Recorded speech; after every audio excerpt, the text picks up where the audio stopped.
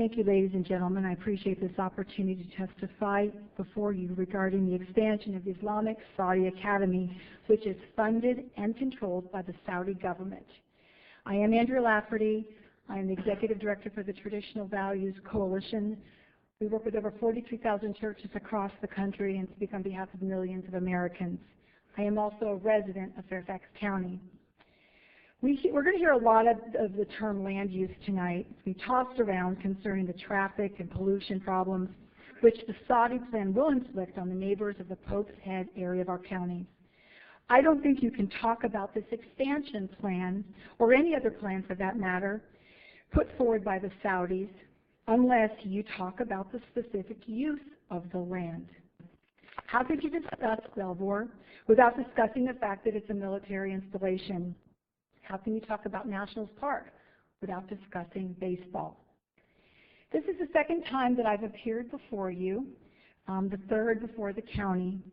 The last two times, as mentioned before, we were treated incredibly disrespectfully and called names like slanderer.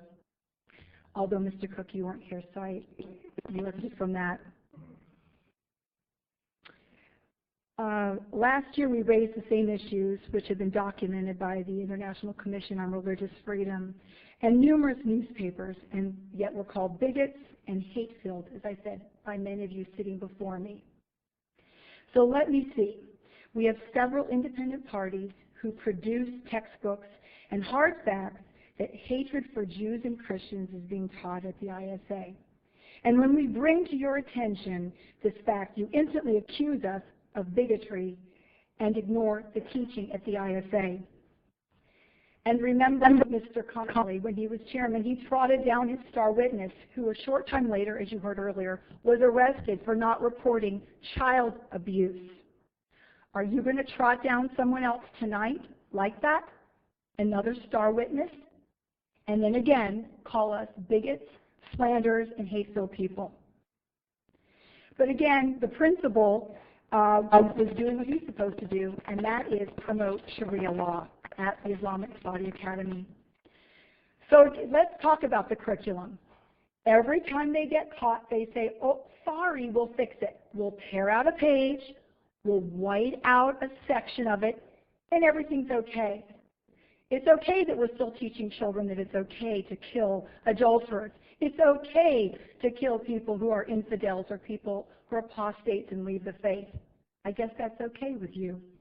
But we must remember that a majority of 9/11 hijackers were educated in Saudi schools with the same textbooks that are being used here in Fairfax County.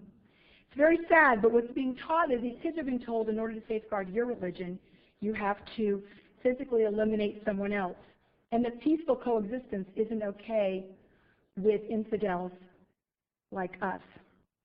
The ISA is not a private school or a charter school. It's a school operated by a foreign government, a government which bans any display of religious worship or speech other than Islam. This ideology is introduced in the textbooks very early and continued on through 12th grade. Saudi Arabia, as we have reminded you before, is consistently rated in the bottom percentile by human rights organizations such as Freedom House and Amnesty International. It's been given the designation of countries of particular concern by the bipartisan U.S. Commission on International Religious Freedom.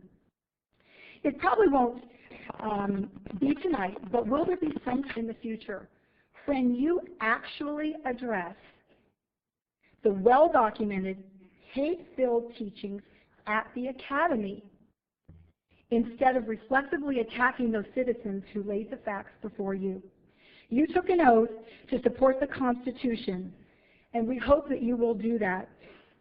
It is too much to, or is it too much to expect that while young Americans are dying overseas, you might actually speak against and not provide support to those who are busy here in Virginia raising the next generation of very dangerous young people?